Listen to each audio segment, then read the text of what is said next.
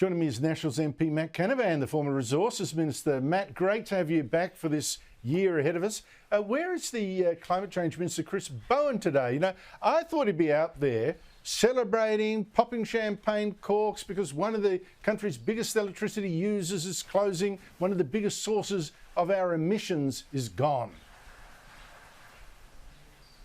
Well, he probably is enjoying a quiet glass of champagne or some such somewhere on a beach, probably somewhere at the moment, Andrew, because it's exactly what he wants to do. It's exactly his plan. As you say, this will, in and of itself, lower Australia's carbon emissions, which we seem obsessed about. It won't, of course, lower the world's carbon emissions because we'll continue to use aluminium products that are made from alumina, the refinery that's shutting today. And it's just going to come from China, those products. It's going to come from a country probably with higher emissions. So it's not going to lower emissions. It might even make it worse. And this decision today just shows up the absolute folly of our net zero emissions obsession. The net zero policy that we have costs Australian jobs, and it doesn't reduce global carbon emissions. It doesn't even meet its objective, and it comes at a massive cost to the Australian economy. It means de-industrialisation. It means manufacturing jobs from Australia going overseas. And tonight, what we should mostly remember are those 1,000 families that face losing their jobs, facing an uncertain new year, uncertain future for them and their families. I mean, where is the so-called Labor Party here trying to fight for those jobs? It's like they just put up the white flag and are doing nothing. The last time we did see Chris Bowen, he was out there saying how terrible nuclear energy was just before Christmas and how renewables were going to save us all. Well, where is your wind and solar factories now, Chris Bowen? What do they mean for those 1,000 families that are facing no jobs in the future? And where the hell is the Australian Labor Party trying to fight for and back these manufacturing jobs that are lost tonight?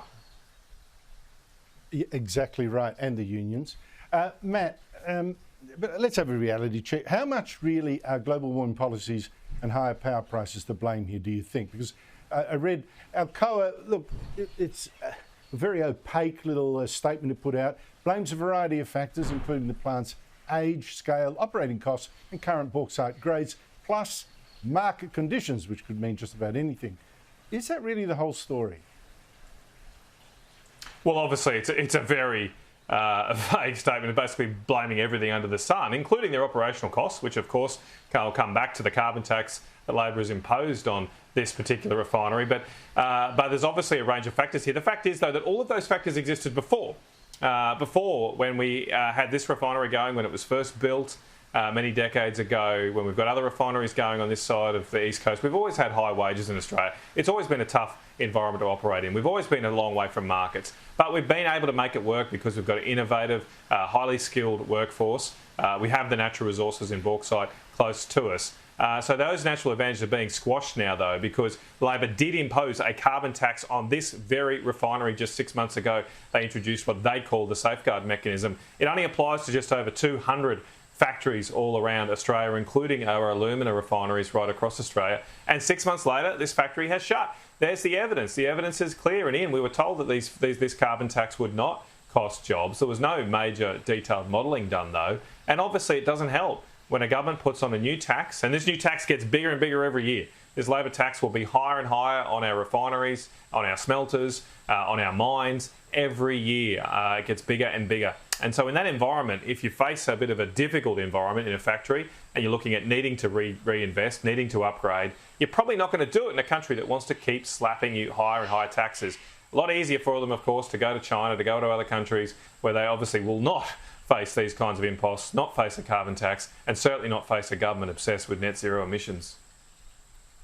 Well, you say that. It's quite interesting that this very day, I think it was, the Australian newspaper reported that the mining industry is warning that there's a lot of investment that we're missing out on, a lot of projects that could have gone ahead that aren't.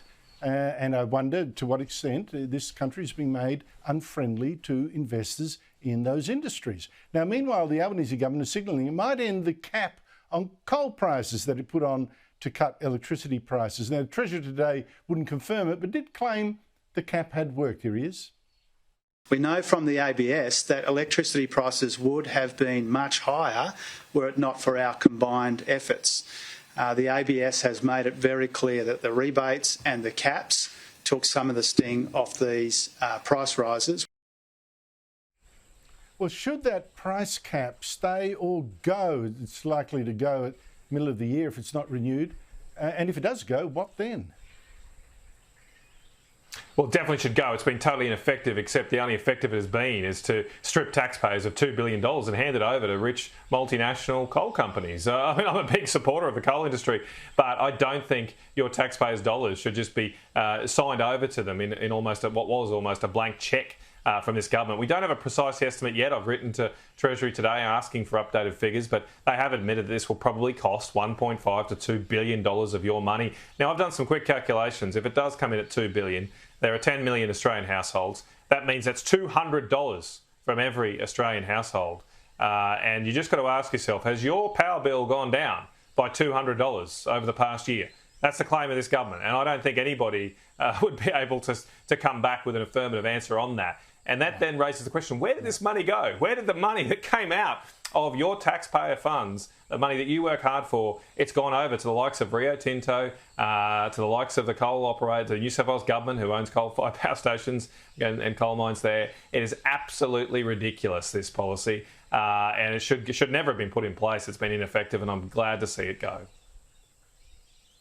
Now, look, I'm out of time, but I can't let this slide because I got so disappointed driving to Horsham last week.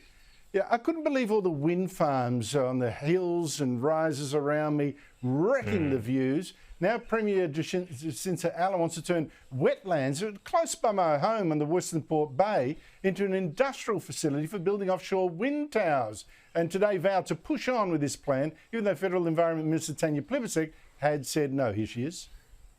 The climate is changing and we have to act. That's why we have been working very hard on adding offshore wind and supporting the development of offshore wind as part of that renewable energy mix.